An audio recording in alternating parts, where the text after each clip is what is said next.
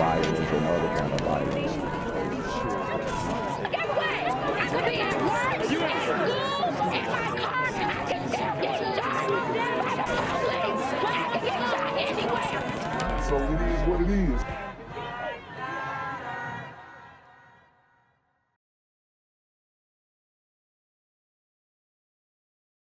What's good, YouTube? It's a Black Gen Z Mindset. Make sure you go ahead and like, comment, share, subscribe, and let's get into the video. Anthony Alvarez.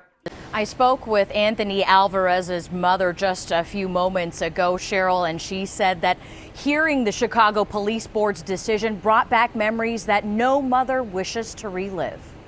Veronica Alvarez sits next to her partner Guillermo, holding a sign demanding justice for her son once again.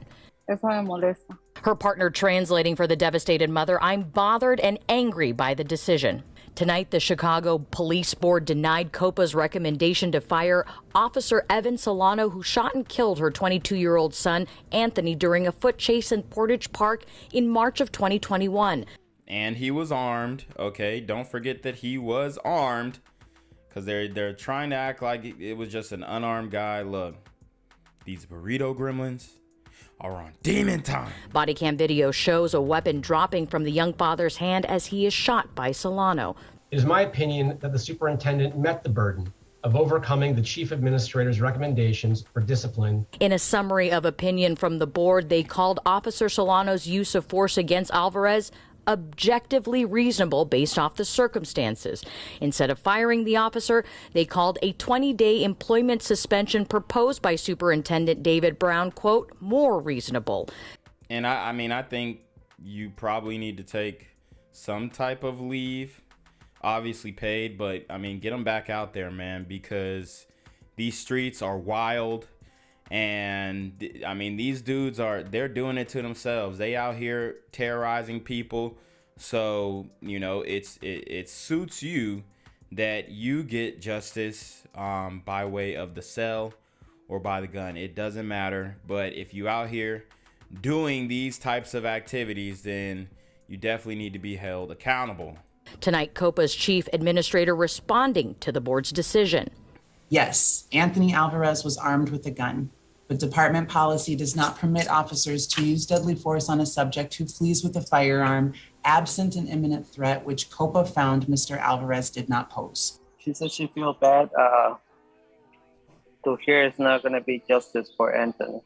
The heartbroken mother said there is still no justice for her son. She says at least not from the Chicago Police Department. The family's attorney says this will not stop their fight for justice for Anthony. What was the point of even having COPA and having an investigation if the opinion is not being followed, or even it seems like it's not even being taken into consideration? Well, it shouldn't. He was absolutely out of line. You know, you can't expect to just do crimes and get away with it forever. It's gonna catch up to you, especially when they're violent crimes. The Alvarez family says they continue and will continue their fight for justice and take their anger out onto the city streets tomorrow. They are calling for an emergency protest at the Thompson Center Plaza tomorrow at 5:30. I'm here on the corner of MLK and Frederick Douglass, where a shooting just took place. And as you can see, it's a pretty rough area. So I'm basically risking my life reporting on this madness. So make sure you do me a favor and hit the subscribe button. Like the video, hell, share the video. And make sure you go ahead and leave a comment down in the comments section to continue the discussion on how we can find solutions to all this son violence in the streets. I'm Jenquavius Jackson, here live, reporting from Atlanta, Georgia, BGZM News 17. Cam video showing the moment a Chicago police. Now to that new body cam video showing the moment a Chicago police officer shot a 13-year-old boy. The officer who pulled the trigger did not have his body camera on, but the other officers who were with him did. This all happened in May in South Austin. Our Tara Molina has been analyzing the video and speaking with legal experts about what could happen next. Chico. Tara. Erica and Jim, the 13-year-old's family doesn't want to share his name, but we know he's home, still recovering, not able to walk right now. We want to warn you, the body camera video we're about to show you is disturbing. It starts near the intersection of Chicago and Cicero. Body camera activated. You can see officers running towards the gas station after the 13-year-old boy. It happens fast. You see the teen start to turn, beginning to raise his arms. Gunshots. He hits the ground. The video you're watching from the body-worn cameras activated that night. So they still have not told us why he was running from the police. And I'll tell you why. Because him and some other super gremlin teens on demon time carjacked an individual, and there was a 3-year-old boy in the car. Okay, so obviously they had the right to chase him down. They had assumed that he was armed since he carjacked somebody. And when you're doing these types of high-risk activities, what do you expect? It just don't make no sense. Honestly, it's karma is serving him, even though I don't believe in karma. But, you know, for all those people who do believe in karma, this is karma. This is a consequence of your actions. This is action and consequence. Okay? You out here carjacking people. They say that he's paralyzed, and, you know, in my opinion, he deserved that. Straight up. Okay? Like, you out here carjacking people, whatever happens to you, I don't care anymore. That's really how it is. Because people are tired of it. People are fed up. And, you know, we like over here, we like to see things like this. You go out here and you're pointing guns in people's faces and taking their vehicles. You know, you get what you deserve. May 18th, the officer firing the shots you heard didn't turn his camera on until afterwards. His attorney told CBS 2 he thought he pressed the button and called this a high-stress situation. In a statement where he went on to say the officer thought the teen had a gun in his... That's a big 13-year-old too. And, you know, obviously it looked like he was surrendering, right? It definitely looks like he was surrendering, but this also could be a tactic to get the cops to bring their guard down. You never know. Okay, these streets of Chicago are very messy. Cops are getting killed.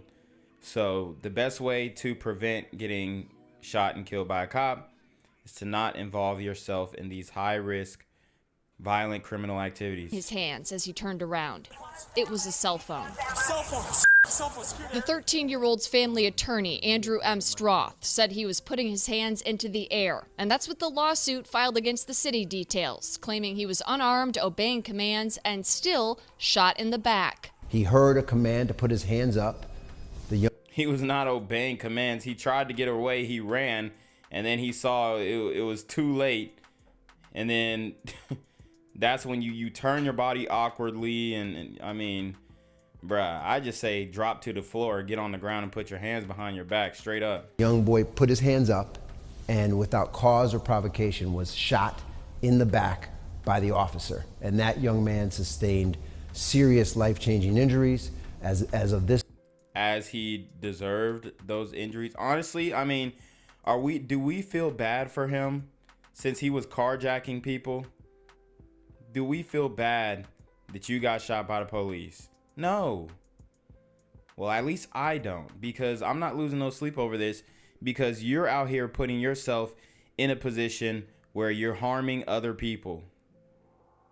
And that's enough for me. At this point, he is paralyzed from the waist down. So what led up to the sprint you saw at the start of this story? Chicago police were following the car the 13-year-old was in because Oak Park police identified it in a carjacking the day before. Carjackers that took off with a 3-year-old girl in the backseat. 3-year-old girl. See, I thought it was a boy. See, I mean, even worse. When license plate readers tipped off CPD, they followed the car and the 13-year-old jumped out. He has not been charged in connection to that carjacking. Chicago police tell us the officer involved has been stripped of his police powers. That's BS. Get him back on the force. You can read more, including statements from both attorneys here in this story. It's up on our website right now. Reporting live in the newsroom, I'm Tara Molina, CBS 2 News. Tara, thank you. Gang violence and other kind of violence. Get away! I could be at work, in school, in my car, and I can still get shot by the police. So it is what it is.